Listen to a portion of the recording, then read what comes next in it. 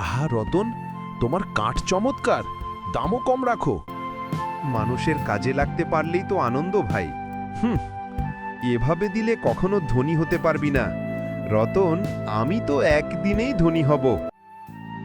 নদীর ধারে একটি ছোট্ট গ্রামে বাস করত দুই ভাই, রতন আর রঘু।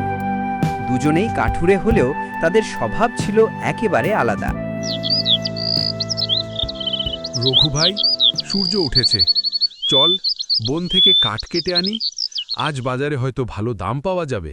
উফ, এত ভোরে কেন যাব? একটু দেরি হলে কি এমন হবে? আমি বলি শর্টকাট খুঁজতে হবে, তাহলেই ধনী হওয়া যাবে। না ভাই, শর্টকাট নয়, পরিশ্রম ছাড়া আসল সুখ মেলে না। রতন, তুই যেমন আছিস তেমনই থাক, কিন্তু রঘু ভাই, লোভ তোর সর্বনাশ করবে, সাবধান হ। তোমার জ্ঞানী কথা খেয়ে কি আমি পেট ভরাবো? আমার চাই টাকা, অনেক টাকা। রতন প্রতিদিন তার ভাইকে কাজে যাওয়ার টাইমে ডাকত, কিন্তু সে রতনের কথা কোনো দাম দিত না। রতন প্রতিদিন কাঠ কেটে প্রতিদিন বাজারে বিক্রি করত।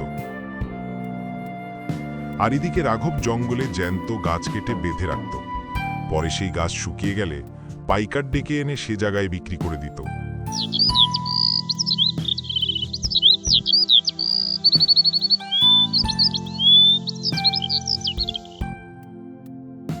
রতন, আমার আধা মন কাঠ লাগবে, কালকে দিতে পারবে? দেখি ভাই, শরীরটা বেশি ভালো নাই, যদি পারি আপনারটা আগে দেব। কিন্তু রতন, তোমার বাইরে কিছু বলো না। আমাদের গ্রামে এত কাঠের প্রয়োজন, কিন্তু সে আমাদের কাছে না বিক্রি করে অন্য গ্রামে পাঠিয়ে দেয়। আমাদেরও তো কাঠ প্রয়োজন হয়, তাই না? আমি কি বলবো, বড় ভাইকে বলেছিলাম অনেকবার, কিন্তু সে আমার কথা শোনে নাই। পাইকাররা জঙ্গলের ভিতর থেকে কাঠ নিয়ে যায়, তাই তাদেরকেই দিয়ে দেয়। রতন, তুমি আমাকে কালকে রাত্রি দিও। কালকে আমাদের বাড়িতে অতিথি আসবে, কাঠ না দিলে সমস্যা হয়ে যাবে। আচ্ছা, ঠিক আছে।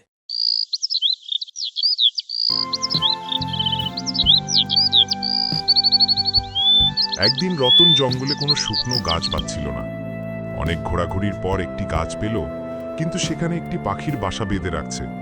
কাছে গিয়ে দেখে একটি পাখি বাসার ভিতর ডিম পেড়ে রেখেছে।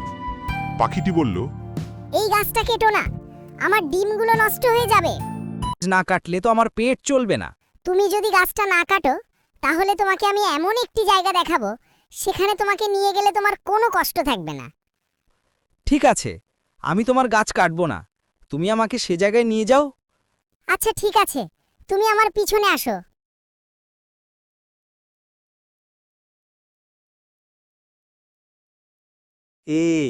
পাখি কোথায় নিয়ে এসেছে আমাকে? এখনো তো কিছু দেখিই নাই। এই গুহার ভিতরে কি আছে জানো? এত গভীর জঙ্গলে আমি কখনোই আসি নাই। তুমি যাও, ওখান থেকে কিছু শূন্য অলংকার নিয়ে এসো, যা তোমার লাইফ, জীবন চেঞ্জ করে দিতে পারে, আর তোমার কোনো কষ্ট থাকবে না। এখানে থাকাটা বেশি নিরাপদ নয়। তুমি যাও, ওখান থেকে কিছু শূন্য অলংকার নিয়ে এসো।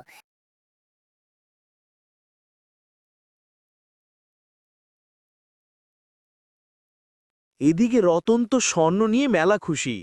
এভাবে রতন ধনী হয়ে গেল।